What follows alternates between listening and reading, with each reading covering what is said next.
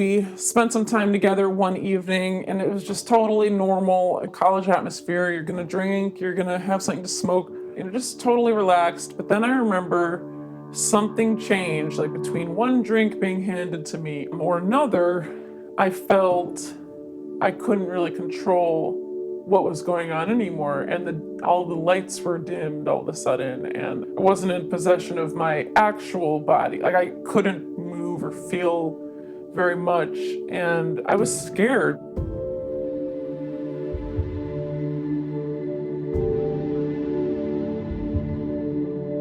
But I couldn't stop him, and he just went right along with what he was expecting the evening to end up like. And so I actually was just crying and immobile.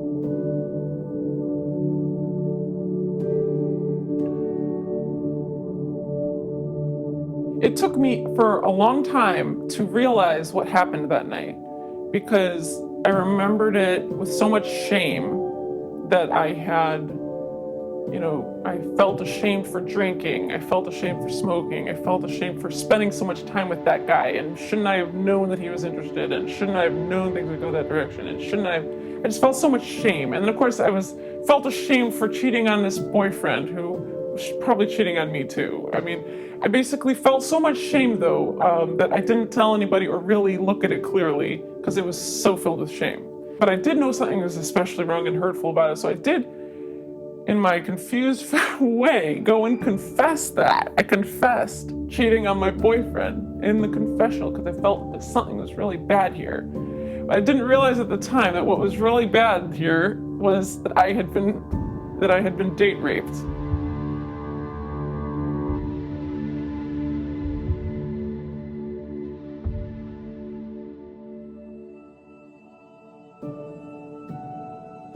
It's tough raising daughters today. Sure, my girls have opportunities that my mother and grandmother simply didn't have, and I'm very grateful for that. But overall, I feel like I spend way too much of my time trying to protect them from, and prepare them for, a culture that's quite toxic for women. Have you seen the videos and Instagram posts and ads that young women are fed these days? It's craziness. The sexual objectification of women is by far my biggest concern as a dad. And it's not just the media. Do you know one of the main issues we face as parents in my community? Our daughters are having to deal with boys as young as 11 and 12 texting naked pictures to them and continually asking them to do the same. A new report highlights the intense pressure on young women to share nude photos of themselves. Researchers at Northwestern University analyzed nearly 500 stories on an anti-cyberbullying and sexting campaign's website. More than 2/3 of girls aged 12 through 18 said they had been asked for explicit images. Researchers say the girls faced persistent requests, anger, and threats from boys to send those pictures. And this is before they even get into college, where it seems like things get even worse.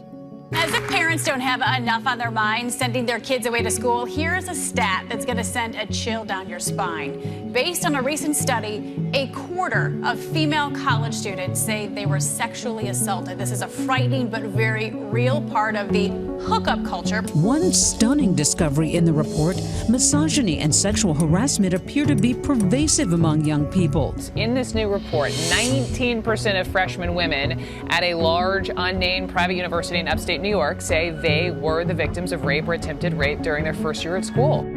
And that certainly doesn't end when women get out of university. How many of you have been sexually harassed over the course of your career? Leave your hand up if it's more than twice, more than 3 times, more than 4 times. That's what got me interested in the history of the sexual revolution to begin with, actually. I looked around and asked, how did we get here?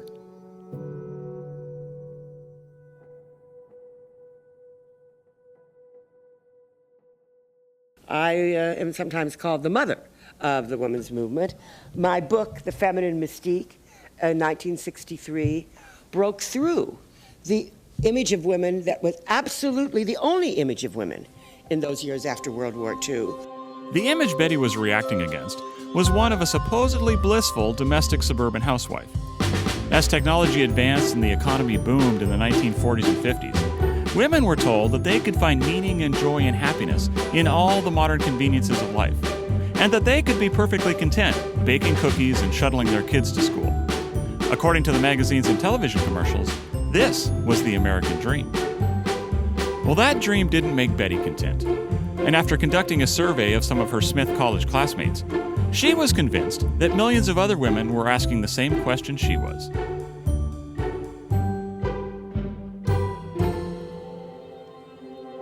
Betty Friedan called this the problem that has no name, and she believed the solution was to be found in professional career work. She was convinced that women could be fulfilled and content and happy if they could just get out of their humdrum homes and away from menial tasks such as laundry and changing diapers, into the supposedly exciting jobs that men were doing. Friedan had grown up in an unhappy family, in which her father had forced her mother to leave her career and stay at home. Although she was still working as a writer, Betty herself had given up becoming a psychologist for her husband. She was sure that if those career ambitions were unfettered by domestic duties and spousal expectations, the problem that had no name would be solved. The Feminine Mystique was a huge hit, but it wasn't the only sexual revolution book making big waves in the early 60s.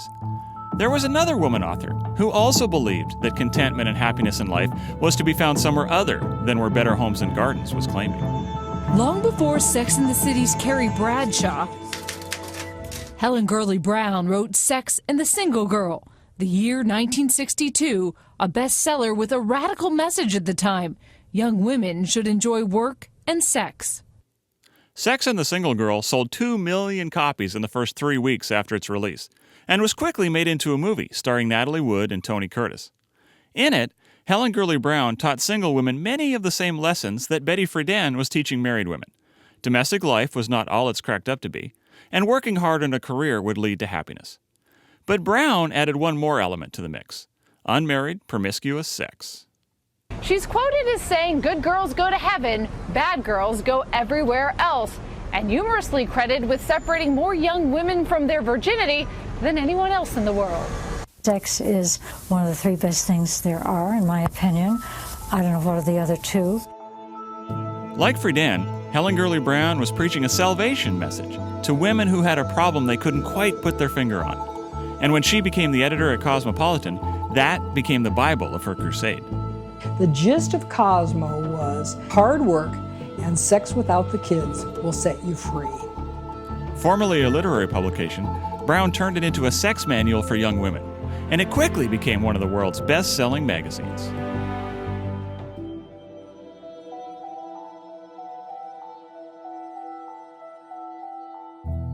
Interestingly, Betty Friedan was not a big fan of Helen Gurley Brown. Betty Friedan called Cosmo quite obscene and quite horrible. However, when it came to one piece of technology, they were completely unified: the birth control pill. Now, at first, this seemed like just a side note to me. But as I dug deeper into this topic, I realized that the pill was absolutely essential to achieving their respective goals.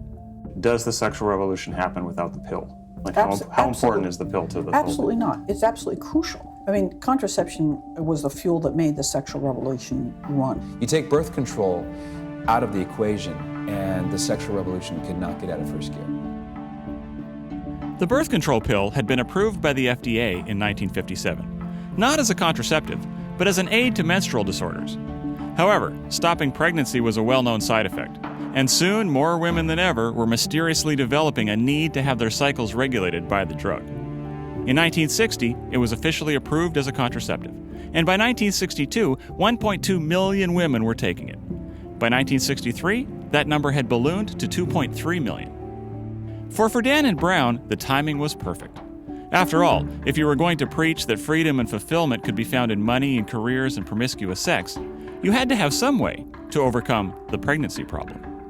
Women were being fired for being pregnant. I was fired for being pregnant in 1969. Corporate America didn't want all of these pregnant women around in their offices. But if you could say, it's okay, boys, she's going to be on the pill, then they'll say, oh, okay, well, then she can be just like a man, and I guess we can hire her. This is why the National Organization for Women, which Friedan founded in 1966, made sure that access to contraception was included as part of its Women's Bill of Rights in 1968.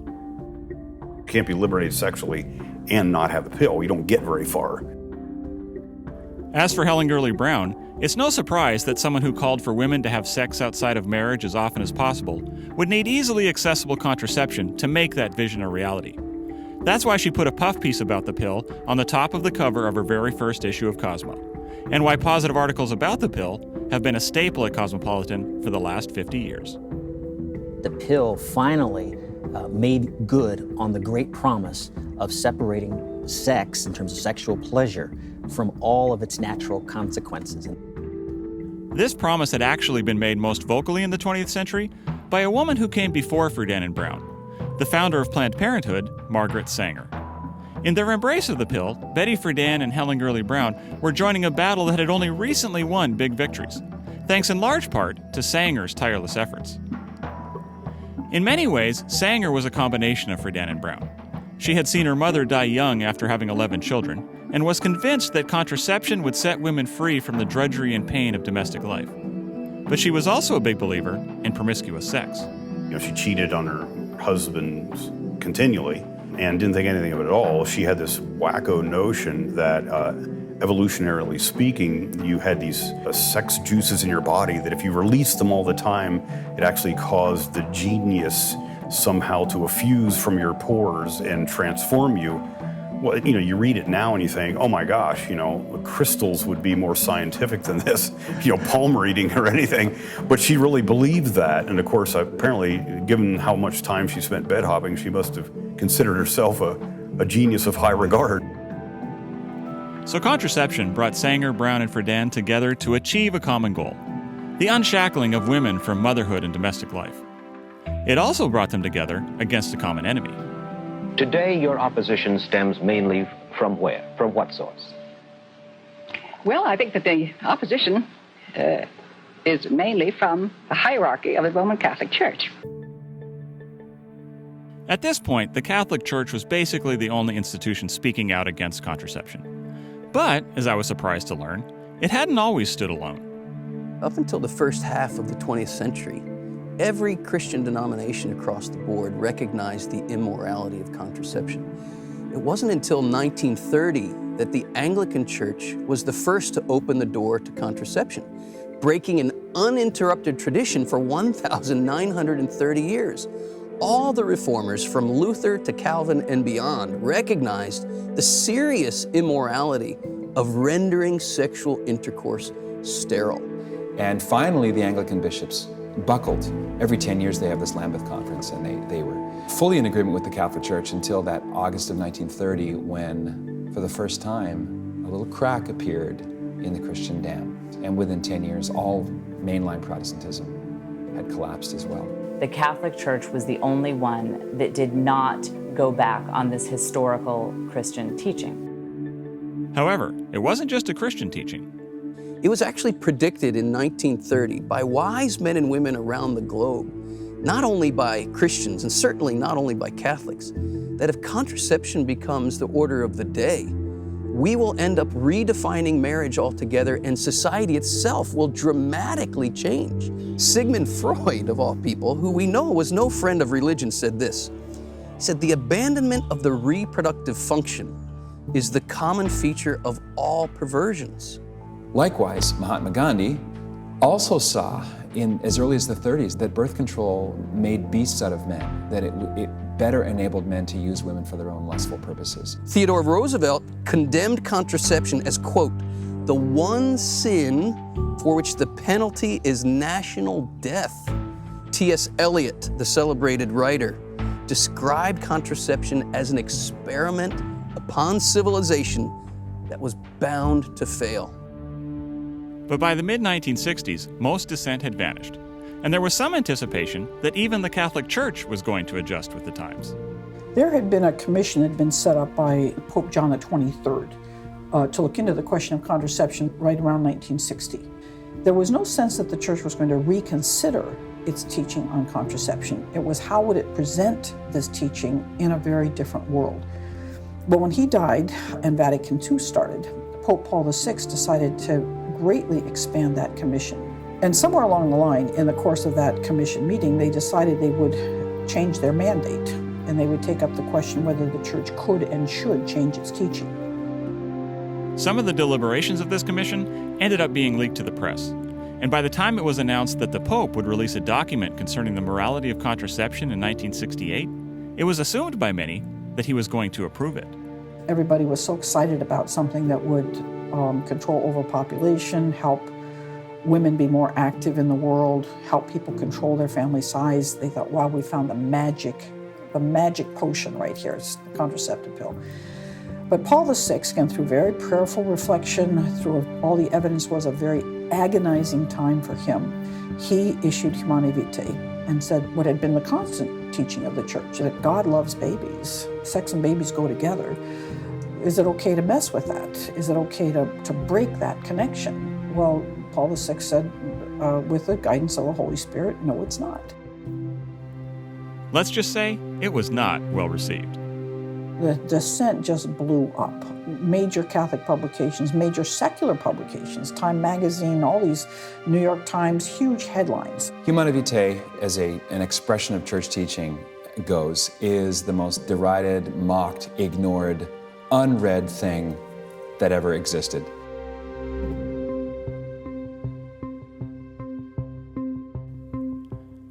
People may not have been reading Humanae Vitae, but they were reading Cosmopolitan, which was filled with thrilling stories about the happiness that the sexual revolution was bringing women. Unfortunately, those stories weren't true. Now, when I was at the University of Missouri School of Journalism, we could choose a magazine to study, and I had chosen Cosmopolitan. Reading these articles in Cosmo, I said, these are too pat. These stories are made up. And when I got to Cosmo and got on staff, I found out they were. So they were too clean even at the time. They were too perfect, yeah. Too perfect. Helen Gurley Brown had written a little handout on writing things, and she even had guidelines on how to make up an expert. It's much easier than actually going out and finding some expert who's quotable. And I remember one time making up an expert, and I just called him a Los Angeles psychologist. But I mean, I'm laughing about it now, but of course it was a very serious thing. These young women believed these stories, and they were just sex fantasies, and they began to live them. Give me an example of the type of story you would. Well, this kind of story that this woman she goes to Paris. She meets a man on the Champs-Elysees. She helps him order a pastrami sandwich at a Jewish deli. They go back to the hotel on the left bank. They fall into bed, laughing, and the next morning she knows she's in love. Well, that woman didn't actually exist. We presented these stories like women were having these wonderful lives. And think about it, you're out there in Michigan, you've got 3 kids, the baby just threw up on your shoulder. And this just sounds so wonderful that these women are living these exciting lives. And women divorce their husbands over these things.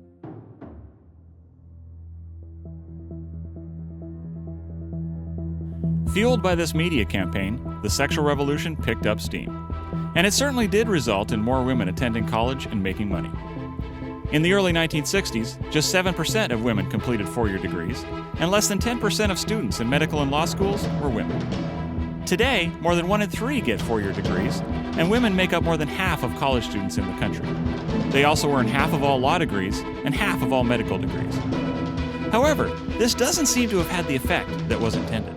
The feminist movement in this country promised women once that they could have it all: a successful career, financial success, and a family. But now, a controversial new study by the University of Pennsylvania suggests that women are less happy than men, despite all of the progress that women have made since the 1970s.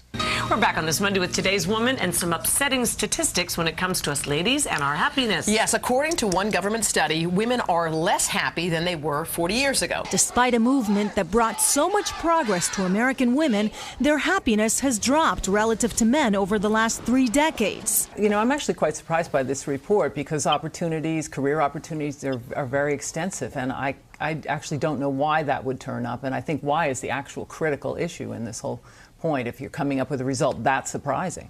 It's absolutely surprising, and we'll find out why. By golly.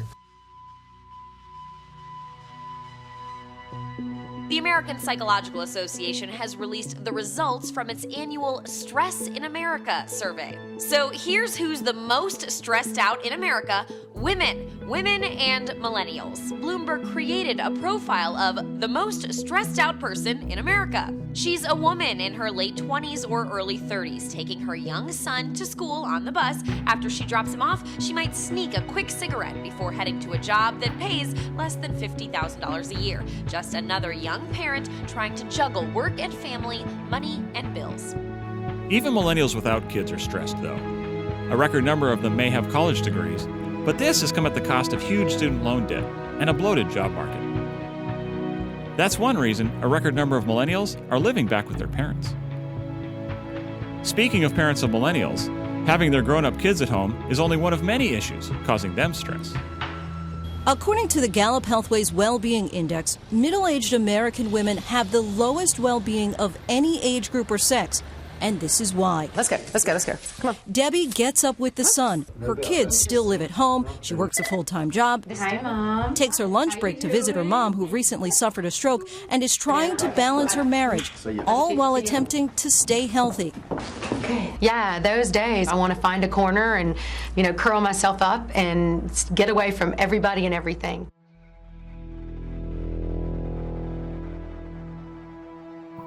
But the stress of trying to have it all wasn't the only negative consequence of the sexual revolution.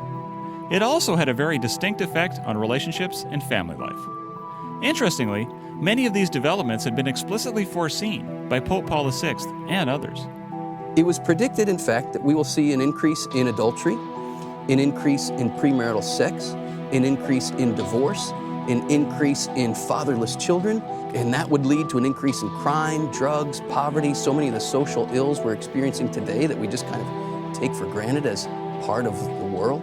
Now hold on. Can all of that be traced back to contraception? Well, it's more complex than this, but let me show you the inner logic, and the inner logic is really undeniable. Human beings are often tempted to do things we shouldn't do. This is part of our fallen nature, right? We need deterrence. For example, what would happen to crime rates in your community if there were no such thing as jail terms? Well, they would go up. Apply that same logic to our sexual behavior. The temptation to commit adultery has always been there. Adultery is nothing new.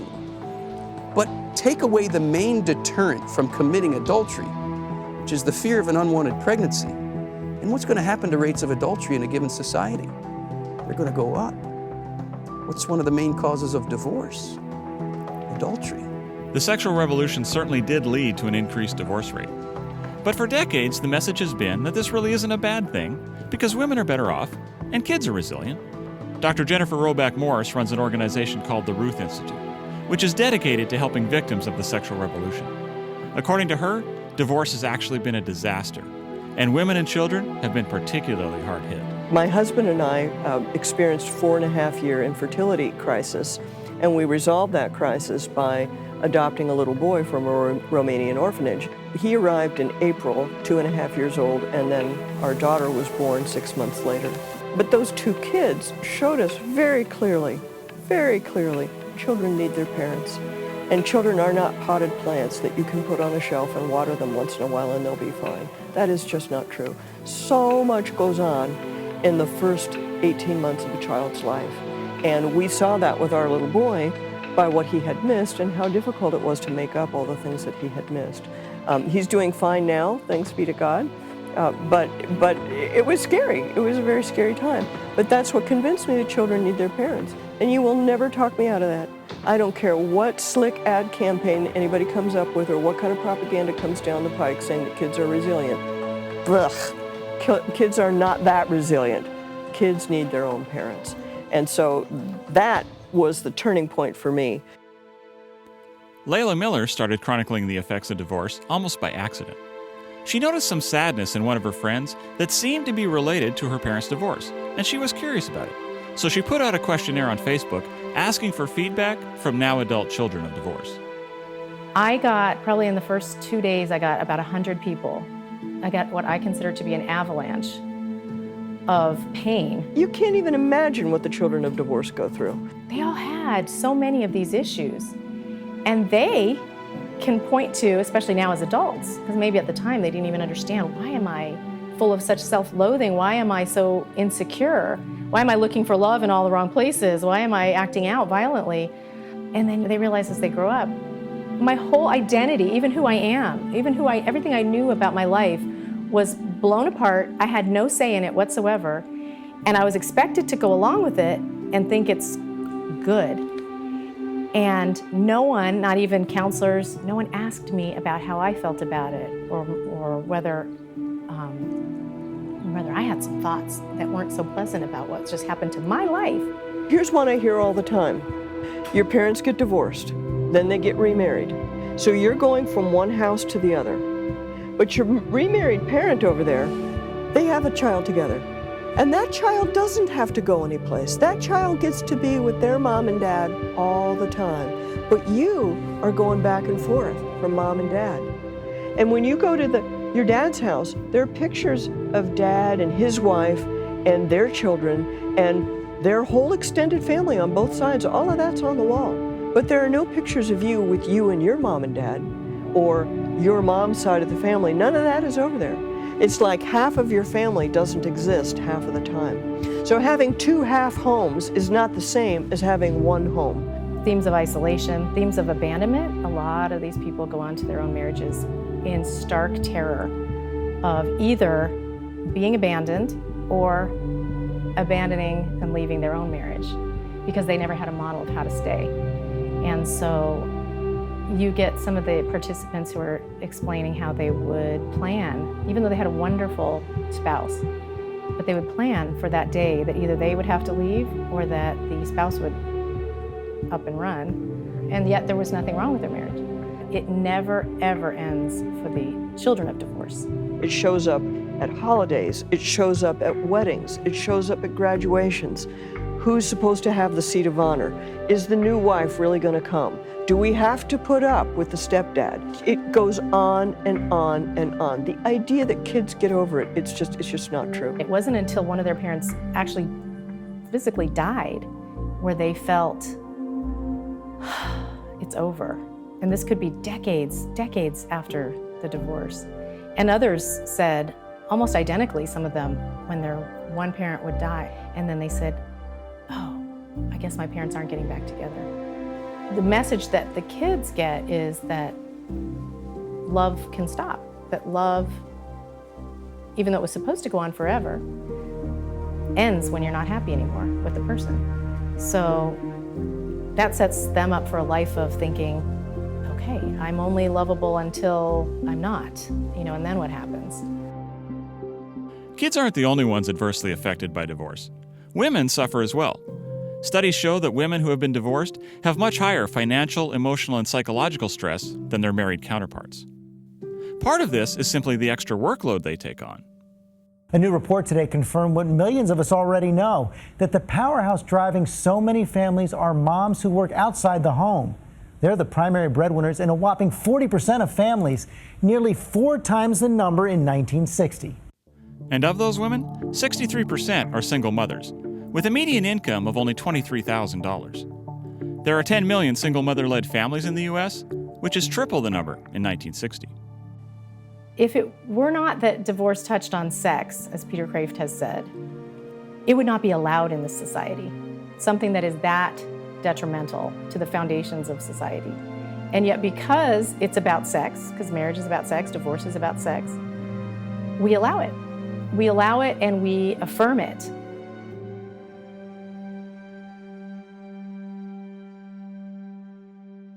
What happens in a given culture when there are huge increases in adultery, huge increases in premarital sex, and these men and women have already determined by the choice of using contraception that they don't want this act to result in a child, but then the contraception fails? We know there's no 100% effective method of contraception. So we're going to have huge increases in so-called unwanted pregnancies. What's the next demand? What happens next? There's a demand for abortion as a way to back up failed contraception. It's not surprising that Betty Friedan founded the National Association for the Repeal of Abortion Laws in 1969, and Margaret Sanger's Planned Parenthood became the country's leading advocate and provider of the procedure. The Supreme Court actually acknowledged this in its 1992 case, Planned Parenthood versus Casey. It said for many years now, people have been making decisions that define themselves and their place in society based on the availability of abortion in the event that contraception should fail.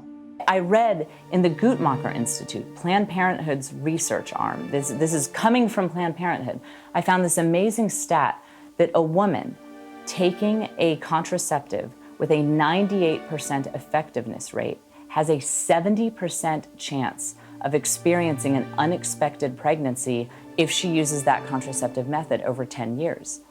And this is what I saw as a young woman. I saw so many women who were college-educated, intelligent, responsible young women. They were following everything society told them to do. They were being responsible sexually, and then something goes wrong, something didn't work out. They end up with a positive pregnancy test, and they felt like they had no choice. I have known many women who ended up in abortion clinics.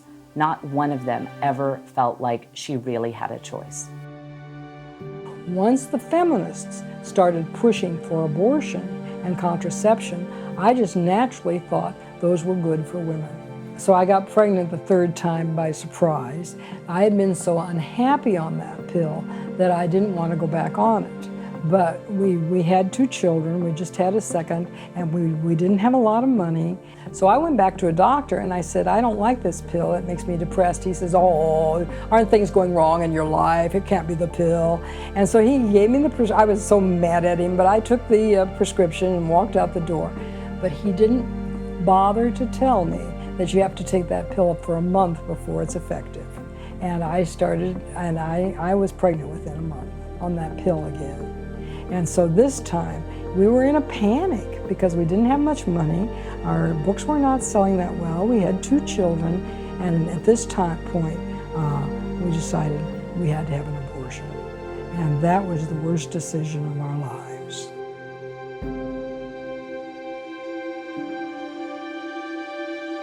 What's sort of crazy about this is that while the push to get a career and have sex without babies causes women to struggle mightily to keep their fertility in check while they advance in their professional lives, the exact inverse problem arises after they have reached a certain age and decide that now is the time to have children.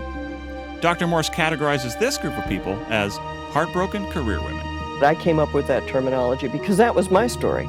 The reason my husband and I had an infertility crisis is because we waited until I was 35 to even think about having children, right? And why did we do that? Well, we did that because my career came first and my education and so on and so forth. So I'm very sensitive about this, and I did a little bit of calculation. I mean, once again, this is something where nobody asks the right questions.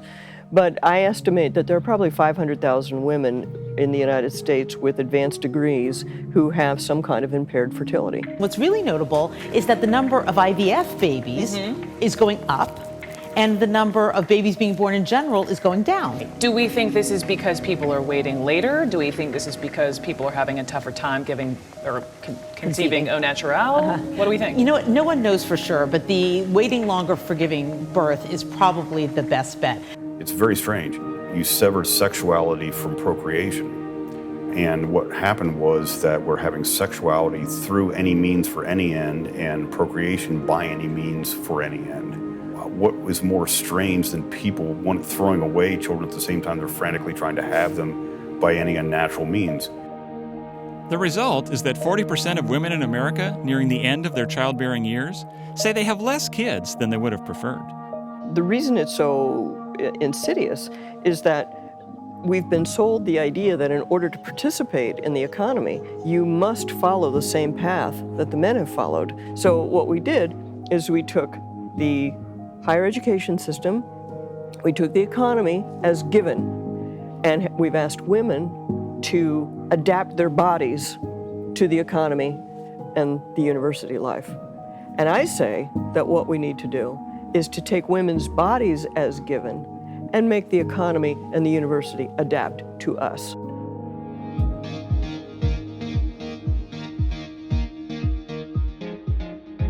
Although the university has not changed in the way that Dr. Morse would like, it certainly is different today because of the sexual revolution. Indeed, it can be argued that campus culture is the section of society in which the combined ideals of Betty Friedan and Helen Gurley Brown are on clearest display. Here, casual sexual encounters have become the primary currency of social interaction. These relationships have two main characteristics. They become sexual very quickly, often before the partners even know each other at all, and they don't require commitment or develop into anything deep and long-lasting. Sociologist Mark Regnerus calls this cheap sex, and argues that both of these developments are a direct result of wide acceptance of contraception. It slowed relationships down, men were unwilling to commit, women felt pressure to have sex before they might prefer to in a relationship. So she got to control her fertility. He got charge of the pace with which relationships became sexual. One reason that there isn't supposed to be a commitment is that both partners, but especially the girls, are supposed to be focused on getting a career and establishing themselves financially, and relationships get in the way of that. Unfortunately, cheap sex doesn't actually feel cheap to young women. She had agreed to be friends with benefits with a guy on campus, and she thought at the beginning of that she could do this, that she could be friends with this guy, sleep with him when they felt like it, and have no emotional attachment to him, have no emotional repercussions. And she was confiding in me that didn't turn out to be true.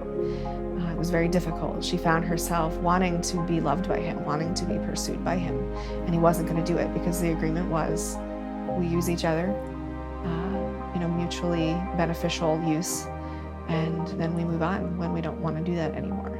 And she realized pretty quickly that wasn't good for her.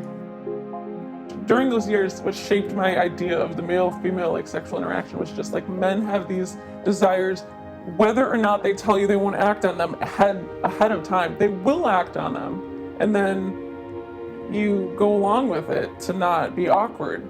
It's not so much that women have taken control and can be the aggressor and the powerful. It's no, that's actually not the case in the hookup culture. No, I feel like it's sometimes played that way. It was played that way a lot in the media that I saw, like in Sex and the City. Like the women are in control and they're getting what they want. Maybe some women, are experiencing different things than I did. But I definitely didn't have that experience myself, and I felt like it was always the male pleasure was the goal. Hookup culture, female pleasure, are you kidding me? Are you kidding me? That didn't happen so much for me. So the morning after, are there any girls on college campuses looking back at the night before saying, that was awesome? No, I didn't experience that. Instead, it was often jokes about, that was really awkward, or, oh my gosh, you won't believe what happened.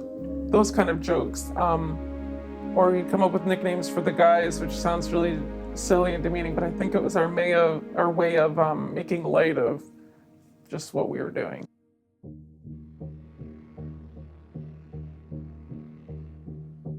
I had an interesting moment where I was sitting on my bed reading this On Human Life encyclical, and I had some women's magazines spread out in front of me. And I realized that every single one had the word sexy somewhere on the cover, sometimes more than once. All of these articles were how to please men sexually, how to be sexy. The women were dressed, unbelievably scantily clad, showing off everything. And I thought, this isn't how my grandmother's dressed. This isn't how my great-grandmother's dressed. This is not how women have ever been encouraged to dress in human history.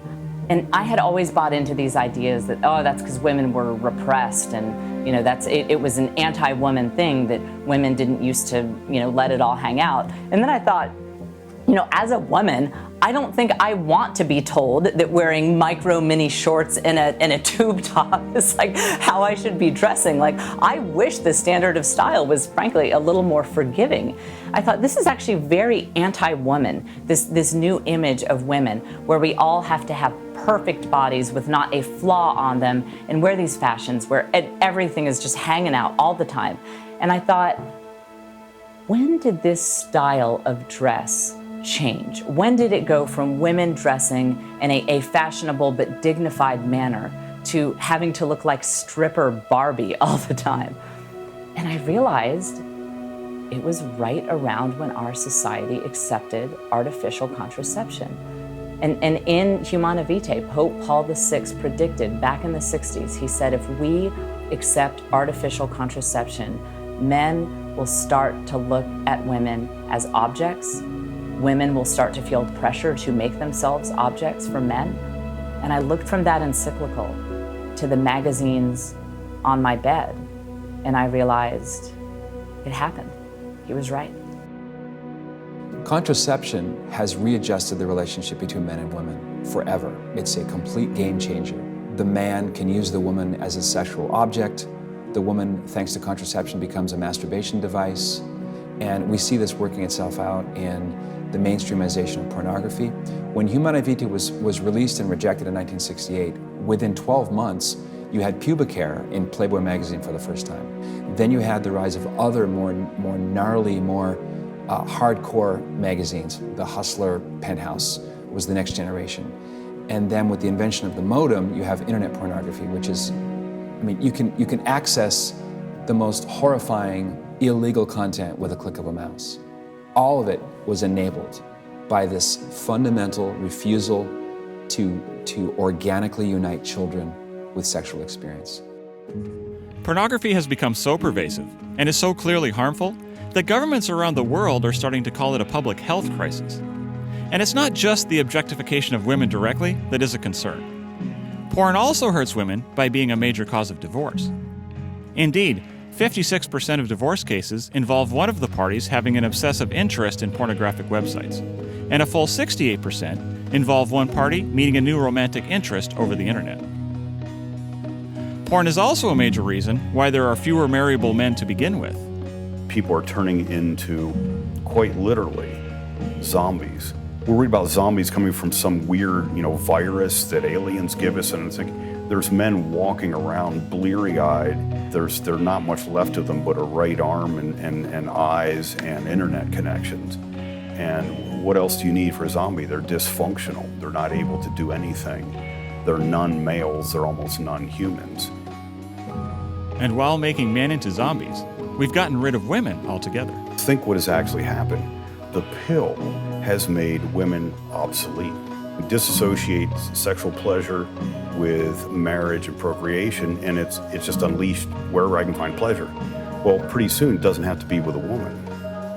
I had a professor who put it this way, and it really hit me between the eyes. He said, as soon as you sever orgasm from procreation, any orifice will do. In other words, any means to the sexual pleasure will do. So women are now without men because the men prefer the pornography. And now they're taking up with the ultimate objectification of women, literally making an object of women called a sex bot. The move from contraceptive sex to robotic sex and pornography is a very easy move once people see what's going on. So we're better off. This is the great society. This is the pleasure utopia you promised.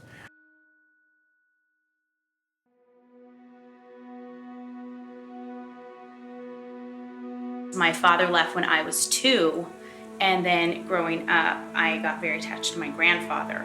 And he ended up divorcing my grandmother and leaving her for another woman. So when that happened, it destroyed me, and I was really young. And because of that, I just learned, well, love doesn't last. It's a temporary thing.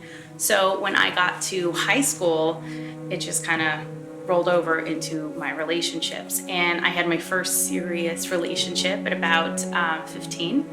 And after a while, it was just wonderful, and I thought I was in love and everything was great. And then slowly we got very physical, and I ended up losing my virginity, and it literally just all went downhill from there. And I got into the partying, I got into the drinking, I got into the clubbing, you name it. I was into it, and in the end, you're just left empty and broken and damaged from the world. And after the world says, oh, it's not that bad. My friends used to tell me, oh, it's not that bad. It's not that big of a deal. And there's one morning where I woke up just feeling disgusting from the night before. And I just remember my friends, that echo of, well, it's not that bad. and it's not that big of a deal. Just thinking, what's not that big of a deal? My body, my self-respect, my dignity. But I was so far gone. How do you even recover from that?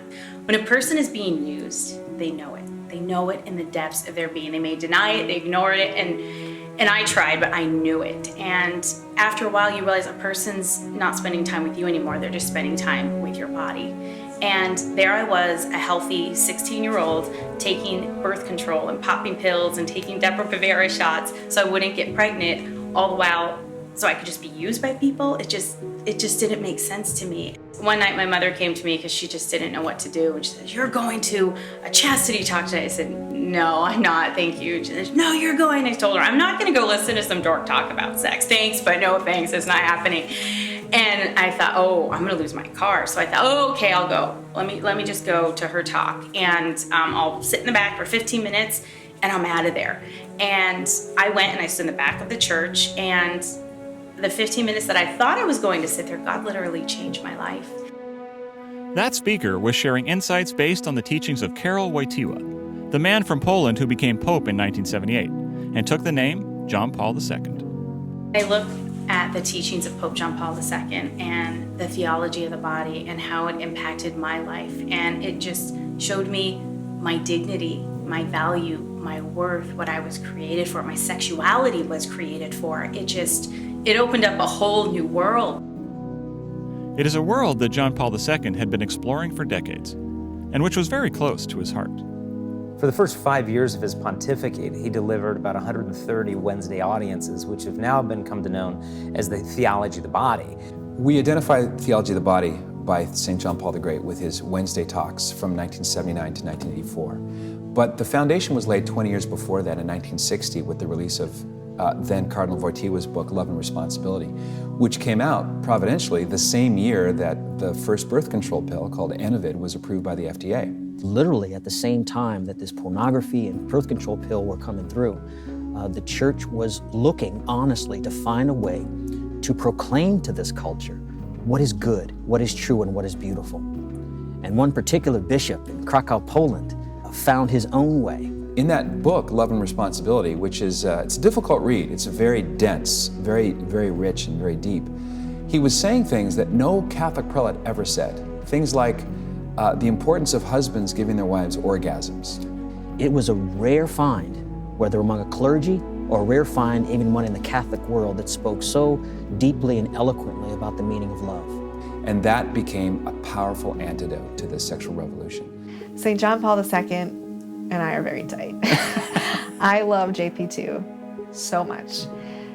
In fact, when I wrote my first sex essay for the Tampa Bay Times, I interviewed a couple, and that couple told me, you need to read Love and Responsibility, which was written by JP2 before he was Pope. And I had never heard of it, and I was like, you know what, I'll look it up. So I looked it up and I ordered it, and it came in the mail. And when I opened it, the first chapter is on the verb to use. And I read about a page and I was like, absolutely not. And I put it back on the shelf because I was like, there's no way I'm gonna get through this. It took me 3 years to read that book and comprehend it. I would pick it up every now and then, give it another try. It was just too heavy, too philosophical. My brain wasn't ready for it, so I put it back. But that third year that I had that book, I picked it up and I must have read it in about a month. I finished it on the 4th of July. I will never forget. And that's when I had this whole new depth, this whole new understanding of the depth of chastity, this whole new understanding of what love really is. It was an understanding that John Paul II had developed over many years of ministering to young adults before he became Pope. John Paul II, when he would teach the university students in Poland, the women in the class would be like, well, surely he must have been married or at least engaged. Like, how could he know us so well? Well, he knew them well because he listened well. There was a woman who is a human rights activist who suffered greatly under communism and I believe also Nazism. And she really struggled with understanding faith in God and wrestled because of a lot of that suffering. And her friend was able to arrange an opportunity for her to have a private meeting with Pope John Paul II. And they sat down for a long time together. And then this woman came out of the meeting in tears of just joy. And the woman said, well, what did he say to you? And she said, he's the most extraordinary man I have ever met. And she said, well, why? She said, he listened to me. And that was the genius of John Paul II. He knew that what we had to say was more important than what he had to say. And he really felt that way. And so you have this man who spent years listening with not just his ears, but his heart, camping with young people on these trips, young married couples. And they say of the 50 to 60 young engaged married couples that would go on these canoeing trips with him in Poland, there was a divorce rate of 0%. None of them got divorced. And when you learn what it is that he was teaching them in the wilderness, then it becomes obvious why.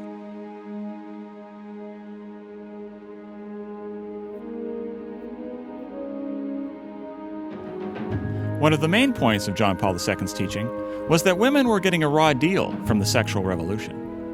There was one instance where John Paul II was addressing a number of bishops. And after this meeting out of the bishops, one of them, Bishop Darcy of Indiana, came to him and said, Holy Father, there's one word that struck me during your address is attractive. Like, how do we make these difficult moral teachings attractive to the modern world? And he said, John Paul became very serious, like a philosopher, and gave a response that Bishop Darcy said is forever embedded in his heart. He said, John Paul said to him, it is necessary to understand the soul of the woman. He said, all of these things that have promised to liberate her, premarital sex, contraception, and abortion, have they not enslaved her? But that one power-packed little sentence, if you want to understand this whole issue, you first have to understand the soul of the woman. And if you don't get that, you're not going to get the rest of it. Somewhat paradoxically, in understanding the soul of a woman, John Paul II started by affirming the beauty and dignity of the woman's body.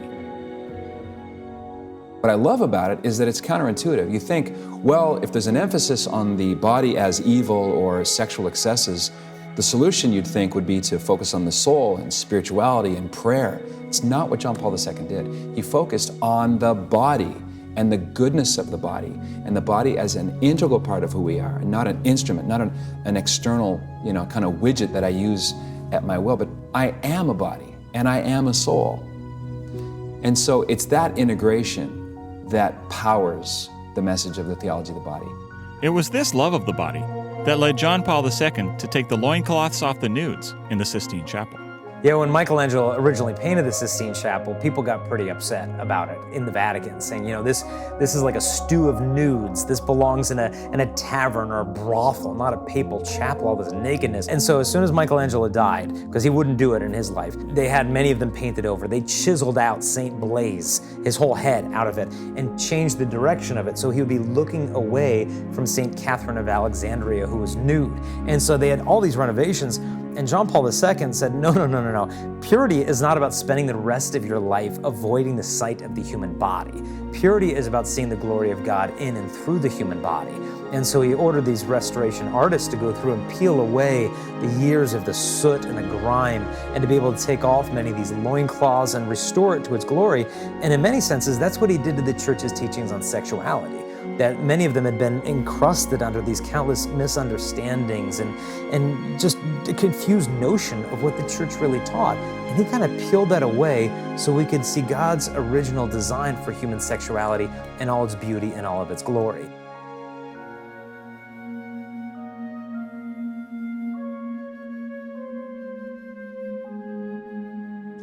That, for me, has been the real issue. This issue of what does it mean to honor the dignity of a woman? If I were to say to a woman, I'll only have sex with you if you get a nose job. I'll only have sex with you if you get breast implants. Am I loving her, or am I treating her as some object for my pleasure? Is it any different if I say I'll only have sex with you if you sterilize your womb? Fertility is integral to who we are as human beings. I can't say to a woman, I love you, but I don't love your fertility, because fertility is integral to who she is. And it amounts to something like this in the relationship. The man and the woman saying to each other, I really want to have sex with you. Oh, I mean, not the real you, the altered, manipulated you on the pill, you wearing a condom, you this, you that, and it's not the real you. A few years back, I gave a seminar on a Catholic vision of sex and marriage. After the seminar, I had a woman come up to me and say, I agree with most of what you're saying, except for the part where you said contraception is evil. And she went on to explain, she said, you see, I have a friend, and for her, contraception saved her marriage. And then she went on to tell me this story. This friend of hers had a few children, and her husband came and said, look, we've had enough children, and unless you get on the pill, I'm going to have to find someone else. Because the husband literally said to her, I'll replace you unless you agree to contracept. The woman initially didn't want to contracept because she was a Catholic and wanted to be faithful. But she thought it was better to contracept than to be replaced by another woman and have her husband leave her. And the woman then went on to explain that, you see, she saved her marriage by satisfying her husband's desire to use contraception, and now they're very happy. They don't fight over this issue anymore. What's interesting, if you look at this from the perspective of John Paul II's theology of the body, the whole point would be is that the man did replace the woman with an altered, manipulated version of herself. And the woman allowed herself to be replaced, replaced her true self with her contracepted self, and gave in to her husband's desires precisely to relate to someone other than her as she truly is. So it's interesting to note that all the early feminists of the 1800s recognized contraception would degrade woman, would lessen her in the eyes of men. Somewhere along the line, and I believe Margaret Sanger is probably largely to blame here, women bought into an idea that rendering their bodies sterile was essential to be liberated. And liberation in this sense means to become the kind of being that can have sex without getting pregnant. What kind of being is that? That's called a man. A man is the kind of being who can have sex without getting pregnant. A woman is the kind of being who can have sex and get pregnant. Is this a bad thing that needs to be erased? Or is this a good thing that needs to be honored and respected? If a woman, to claim equal dignity to a man, has to make herself more and more like a man to claim that equality, then isn't she already buying into the fundamental lie that she's not equal in dignity as a woman? I think a lot of people who attack the church's teaching on contraception never really pause to ask themselves a really important question, which is, what if the woman's body is already perfectly made? What if her fertility is a gift and that she doesn't need pills and drugs and shots and implants and latex? What if the woman really needs is to be understood? And that instead of suppressing her fertility in her body with these synthetic sex hormones to conform to our desires, why don't we conform our desires to the perfect way her body has already been created? And isn't this authentic sexual liberation?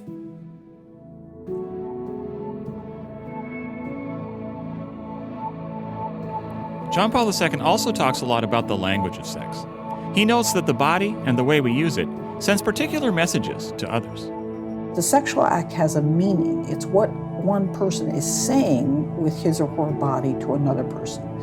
And what John Paul II says, what the language of the body says, is that I'm willing to be a parent with you, right? I've chosen you out of all the people that I was attracted to, and that's usually a lot, but you're the one I want to be a parent with. I want my whole life bound up with you, right? That's what children do. They make your life completely bound up with another person's life. And so it's not just I find you attractive, it's not just I expect to enjoy a great physical pleasure with you. It's that I think you have what it takes, or can get what it takes, to be a parent. I think you're generous, I think you're kind, I think you're responsible, I think you'll make a great father or great mother. I want to bring more little yous into this world. What a thing to say to another person. On the other hand, contracepted sex says something very different. Look what contraception has done here. 50 years ago, if a guy said to a girl, I want to have sex with you, she could rightly conclude 50 years ago, this guy wants to marry me and father my children and build a life with me. What does it mean today? It means you're hot and I want an orgasm from you. Which one is more honoring of who and what a woman is and what a man is? You know, the church is not saying that you're going too far. You know, oh, you went all the way. No, that's not the problem. The church is the one saying, hey, we want you to go all the way. We want you to go not too far, but beyond that. Make a total gift of yourself. Is not a one-night stand or a hookup or friends with benefits. This isn't a total gift of self. It's a lie in the language of the body, because your body is saying, I am completely yours, when in reality, no total gift of the person has taken place.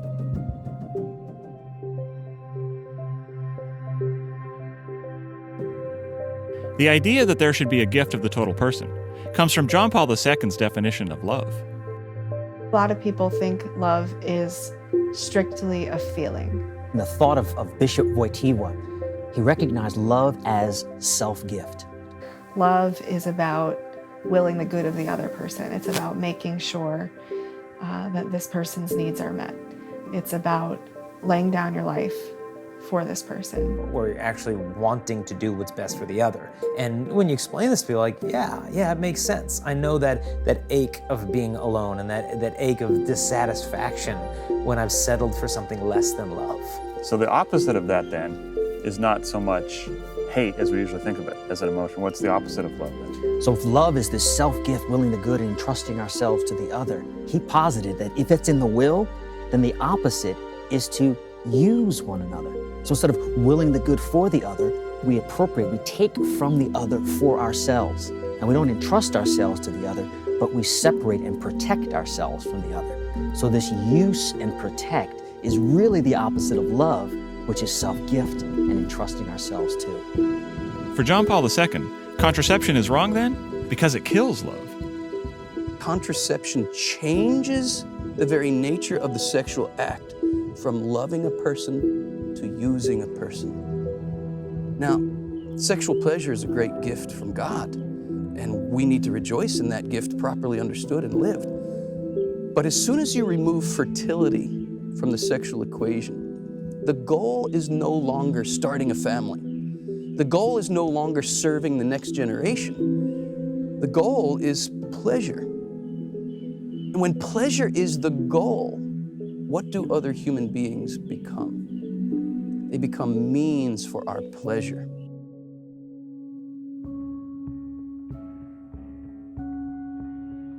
It's fascinating to me that we have convinced not one but two, maybe even three generations of women now that our fertility is our enemy, that our children are our enemy, that there's something that need to be taken out and they get in our way and they are not going to help advance us. And I think this is really the source of so much unhappiness in our culture. This triumph of the contraceptive mentality has changed everything about our view of children. It's almost like we're living in as someone once said, a post-apocalyptic wasteland where infertility is the goal. Much of this comes back to these twin goals of feminism, which is that we want to work, we want to make our own money, and we don't want any obstacles to that.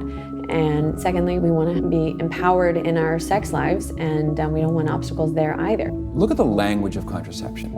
We use a verb to describe our behavior when we use birth control, and the word is protect.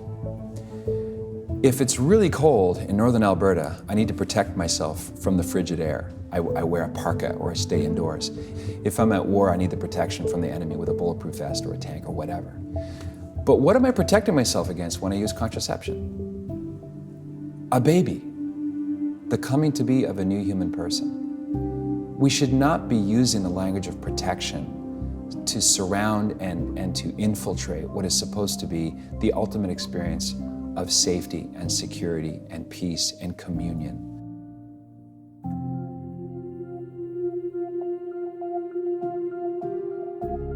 So the sexual revolution has caused the death of love between the sexes, and the death of love between mother and child. This development has been particularly devastating to women, who, according to John Paul II, have a unique capacity for life-nurturing love. He called this the feminine genius. By tamping down and denying this aspect of femininity, women have left themselves grasping for purpose. We find ourselves when we give ourselves away, and I think this is one of the keys that we're missing. We're looking for ourselves all over the world, from Paris to Bali, and we're not finding ourselves because, of course, it's all this matter of giving ourselves away. The most common response to this is, of course, what are you saying? Women need to be stuck at home? That they can't have a career?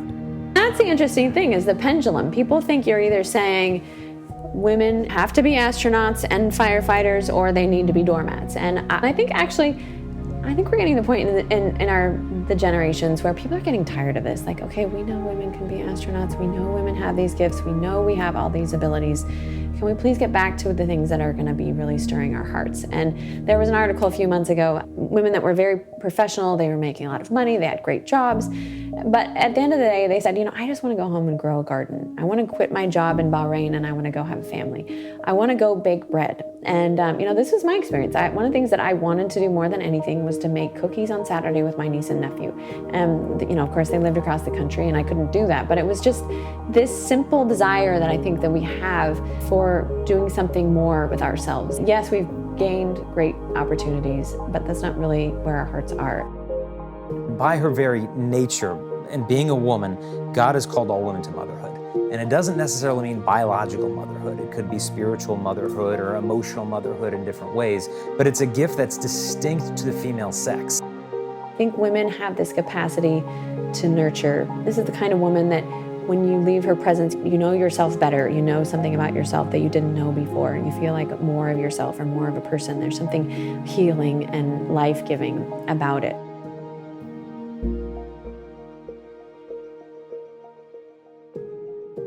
John Paul II did not think that motherhood necessarily means having biological children. But that doesn't mean that he believed women should avoid having kids. And that is because parenthood is one of the primary ways in which both women and men learn to love at the deepest level. I remember the first time I held Naomi, my oldest daughter, and she's screaming. And I said, Naomi, it's okay. Daddy's here. And I don't know what I'm saying. I'm crying and I'm talking. And when I start talking, she did one of those and looked at me. And she looked right at me. I don't even know if she could see me or not. It didn't matter. She looked right at me like, I knew that voice. And yeah, we're talking to the belly all those months and whatnot. But when she responded like that, something kicked in me. And I wanted to tell the world, I wanted to profess to her and everyone, I will die for you. I will live for you. And I hate to compare, because to compare is to despair, but it took a while to get that with Melanie, my wife, right? Praise God, I'm there. I will live for her, I will die for her, but it took a while. This was within seconds of this little baby looking me in the eye. And it was just this instant sense, you can trust me, is what I felt. You can entrust yourself to me. I will your good. And yeah, it's hard. It's unbelievably hard. And it's hard because with each child, it unravels, it makes bare my own sin. The more they annoy us, the more they bother us, the more they just get under our skin, is a bigger light bulb that says, oh, there's something that hasn't been worked out. There's a way that I can learn now to see my own weakness and defect and to make sure it doesn't pass to another generation.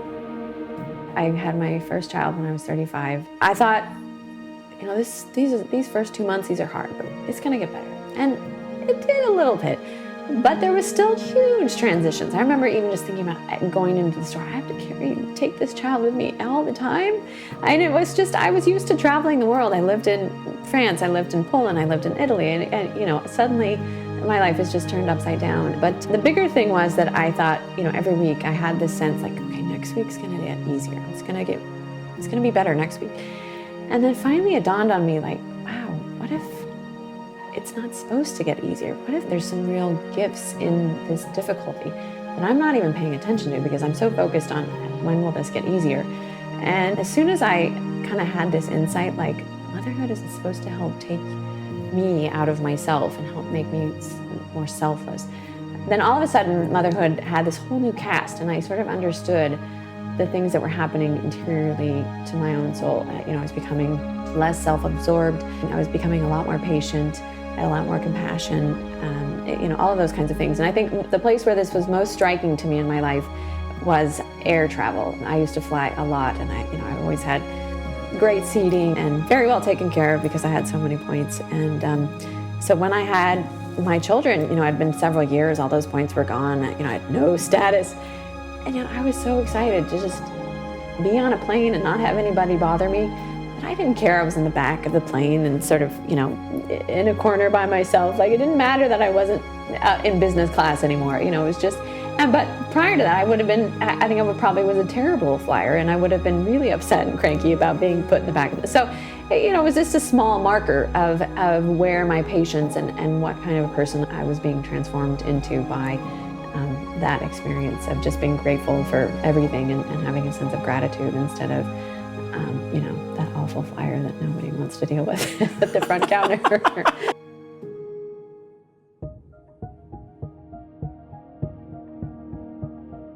So take a married couple. They've come to the conclusion, their eyes have been opened that contraception is damaging to their relationship. Does this mean they just have to have 15 kids? The Catholic Church has never taught that couples are obligated to have as many children as is physically possible. Never was the teaching of the Church, never will be the teaching of the Church. But here's the question. What could a couple do if they have a good reason to be avoiding a child, maybe a financial reason, maybe a health reason, maybe they have several kids that are young and they just need a break, right? I can relate. What could they do to avoid a child that would not violate the dignity of their sexual union? Chances are everybody watching this is doing it right now. What could they do? They could abstain from sex. There is nothing wrong with abstaining from sex. We do it all the time. Every married couple knows that abstaining from sex can be a profound act of love. And oftentimes, very often in married life, love demands abstinence. And if you can't abstain, your love is called into question. You might want to make love, but you're at the in-laws and there are thin walls. If you can't abstain in this situation, your love is called into question. You might want to make love, but one of you is sick. You might want to make love, but it's after childbirth. You might want to make love, but you're in a public place. If you can't abstain in these situations, your love is called into question. And you might want to make love, but you have a serious reason to avoid a child. If you can't abstain in this situation, isn't your love called into question? Does this mean you have to abstain until you hit menopause? Well, let's look at that. A couple past childbearing years know that if they engage in intercourse, it's not going to result in a child. Are they contracepting? Not at all. They're accepting the way their bodies are made, the way the Creator made them. Well, guess what? A woman is naturally infertile for about 2/3 out of every month during her fertile years. With modern methods of natural family planning, not to be confused with the old-fashioned rhythm method, we can know with 98 to 99% accuracy when we're fertile and when we're infertile as a married couple. Armed with that information, it's the fertile time. You have a serious reason to avoid a child. What should you do? The loving thing is to abstain. It's another part of the month. You're infertile. Is there any reason you have to abstain now? I don't know. Are you in a public place? Are you at the in-laws with thin walls? Or is one of you sick? If not, if all systems are go, rejoice. Come together. This is the way God made them. One of the transformational realities for Melanie and me when we first got married was introduction to what's called natural family planning.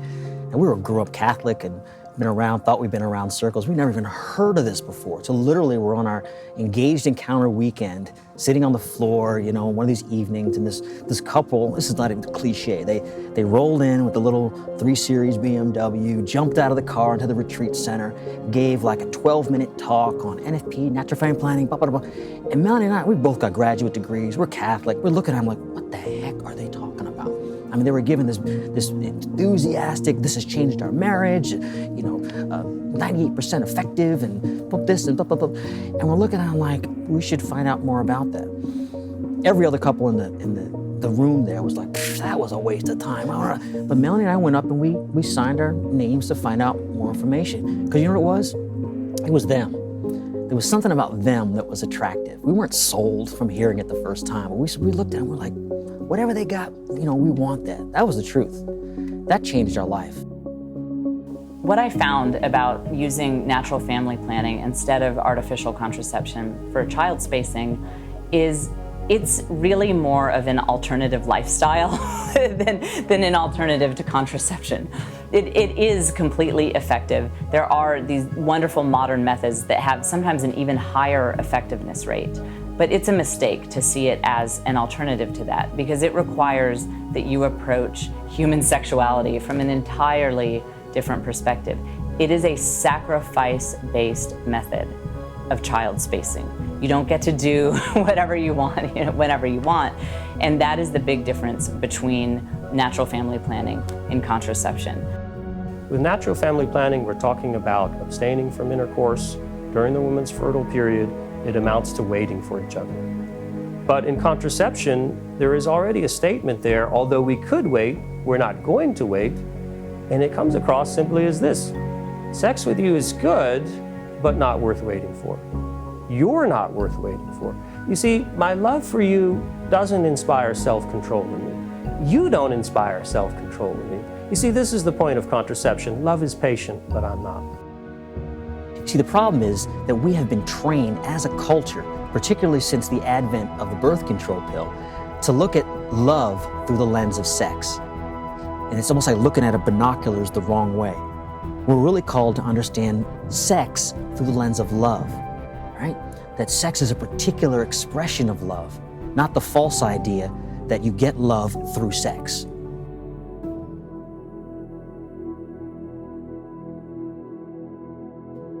Basically, the only warnings we were ever given, I think, for casual sex was just make sure you're wearing protection, make sure you're on the pill, make sure so you don't get pregnant. That's that. That's all. That's the only kind of warnings I ever heard. And of course, no one would ever suggest, because it's assumed you're just going to participate in this culture, no one would ever suggest if you really, don't, if you just maybe just don't have sex with people. Like, no one would ever suggest that. So it was just like, okay, well, just wear protection. And the truth was, though, like afterwards, after all those years of participating in that culture, I felt that protection didn't protect me from much. It didn't even make me feel protected at the time. I felt very vulnerable and very hurt. I felt very afraid of getting pregnant despite all that protection. It didn't protect me from my mental pain. It didn't protect me from the heartache. Where did I finally find a vision of sexuality that actually seemed beautiful to me? It wasn't what I had participated in. It was, ultimately, I learned it through the Catholic Church teachings, which later, after college, I had that roommate a convert roommate who was on fire to tell me about Catholic Church teachings on sexuality. And she had also had a challenging couple years prior to that, and heartache for similar background. It's a little different, but anyway, she had told me all about theology of the body, and John Paul II teaches this, and I thought, she's a little kooky. But at the same time, she was a really good friend. She was a really sweet girl, and it just, it made me think about things I hadn't thought about before. And then once I read more about it, or I just went to events where people talked about it and I learned more about it. I went to a Christopher West conference, and it was very compelling once I absorbed it. And I thought, screw whatever I was doing before. I want to be in a relationship where someone values me, values my entire being, not just my body, but my heart, my soul, and I also don't want to be in any of those pressure scenarios again. And I just feel like so much of it was. And that's where John Paul II is just so amazing when he wrote about it. And it was such an appreciation for women, I felt. And I liked how he put it. He said, the opposite of love is not hate, it's to use someone. It's not just, I hate you. It's someone just going to use you and dispose of you and don't even care about you. And that's what I had experienced over and over. And at that point, I didn't want any more to do with that. It became like an allergic, like I don't want to be anywhere near that. That makes me want to throw up. I want something better than that.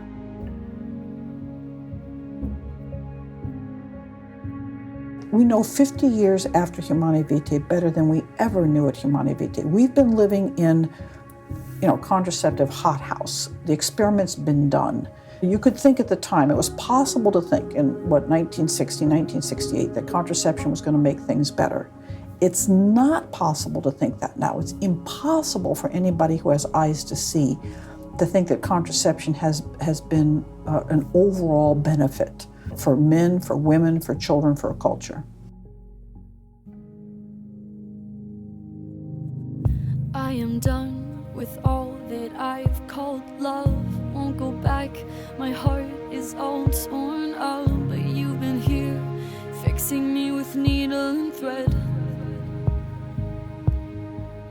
Please take my shame for